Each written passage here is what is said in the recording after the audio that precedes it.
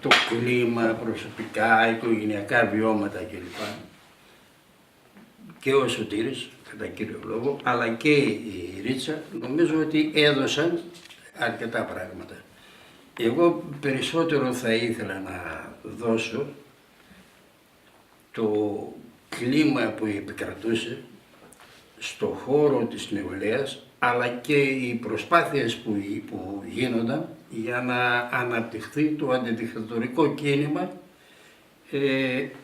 βεβαίως από εκείνους τους συντρόφους και τις συντρόφισσες που απέφυγαν τη σύλληψη στις πρώτες μέρες της δικτατορίας και άρχισαν την βασανιστική αλλά ηρωική προσπάθεια να συγκροτήσουν οργανώσεις και να αναπτύξουν το κίνημα.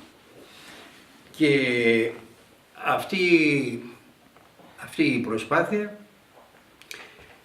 είχε πολύ συγκεκριμένα αποτελέσματα, αλλά φυσικά και αυτά τα αποτελέσματα συνεπάγονταν και συχνά βαρύ τίμημα. Στη Θεσσαλονίκη, για παράδειγμα, που από εκεί εμείς έχουμε τα βιώματα, η Θεσσαλονίκη έχει τους πρώτους νεκρούς κιόλας, ας πούμε. Την πρώτη μέρα έχουμε έναν παλιό σύντροφο, τον Μπεκροδημήτρη. Μετά αμέσως έχουμε τη δολοφονία του Χαλκίδη, ένα νεολαίο λαμπράκι, ας πούμε, που εμψυχρό τον σκότωσαν στη Γιάφκα που κρυβόταν κάποια στελέχη της νεολαίας, που είχαν αναπτύξει αξιοζήλευτη αντιδικτατορική δραστηριότητα με διάφορες μορφές, με συνθήματα στους στίχους, με καροτσάκια που είχαν μαγνητόφωνα και εκπέμπανε αυτό, με ανατείναξη στη Θεσσαλονίκη ενός πυλώνα της ΔΕΗ που τους χάλασε το... Μιλούσε ο Παπαδόπουλος εκείνη την ώρα με τον πυλώνα της ΔΕΗ. Ναι, μεγάλη, πολύ πλούσια δραστηριότητα, αντιδικτατορική, και έχουμε και τη δολοφονία του Τσαρουχά. Δηλαδή τρεις ομολογημένες ήδη δολοφονίες μόνο στη Θεσσαλονίκη. Παράλληλα, στο μέτρο που ανασυντάσσονταν οι δυνάμεις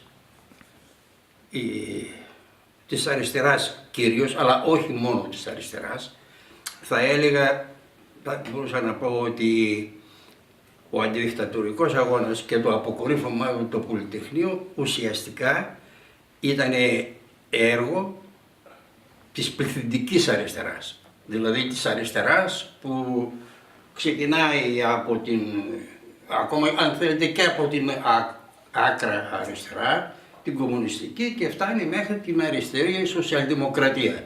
Λοιπόν, αυτές είναι οι κοινωνικές και πολιτικές δυνάμεις που αναπτύσσουν την αντιδικτατορική δραστηριότητα, η οποία έχει κάποιους σταθμούς.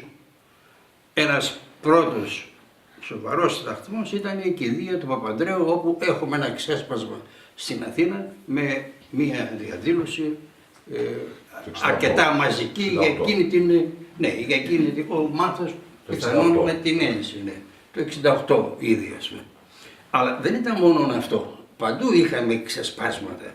Στα Τρίκαλα είχαμε την εξέγερση των αγροτών στα Καλύβια, η οποία καταγράφεται ως μία από τις σημαντικές εξεγερτικές, ας πούμε, εκδηλώσεις του αντιδικτατορικού αγώνα. Στη συνέχεια έχουμε μεγάλο σταθμό τη νομική στην Αθήνα και φυσικά το αποκορύφωμα το Πολυτεχνείο. Εκεί εγώ τα ζω πια από τη θέση του στελέχους του Κεντρικού Συμβούλου της Κομμουνιστικής Νεολαίας. Λοιπόν, έχω κάνει τον κύκλο με τις εκτοπίσεις κλπ.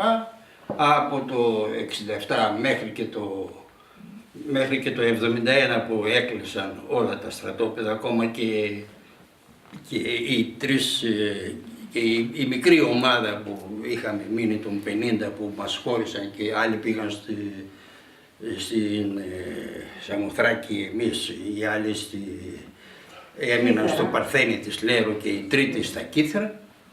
Μέσα σε αυτή την ομάδα κράτησαν και 7 στελέχη της νεολαίας. Λοιπόν, και αυτοί τώρα στο Πολυτεχνείο, εγώ δεν ήμουνα, δεν υπήρξα ποτέ φοιτητής, δεν είχα κάποια σχέση με αυτό. Εργαζόμενος ήμουνα όταν ήμουνα, λοιπόν, στέλεχος της νεολαίας ήμουνα και με αυτή την ιδιότητα έζησα και το Πολυτεχνείο της Θεσσαλονίκης. Λοιπόν. Τώρα, όπως γεράσαμε, εσύ προερχόσουν από τους Λαμπράκηδες. Ναι, υποτίθεται ότι αυτά τα είπαμε ήδη. Τα είπε η Ρίζα ήδη, στους Λαμπράκηδες ήμασταν, εντάξει. Νεολαία Ελλάδα, Λαμπράκηδες και μετά κομμουνιστική. Άρα το καθεστώς ξεκίνησε πιο άγρια, με συλλήψεις στοχευμένα. Ναι, μα εγώ αυτό ήθελα να λέω, ότι εκείνο που ήταν τα δύο κύρια χαρακτηριστικά της Χούντας ήταν πρώτον, ότι τι επιδίωξε, ας πούμε, αλυσόδωσε τη δημοκρατία.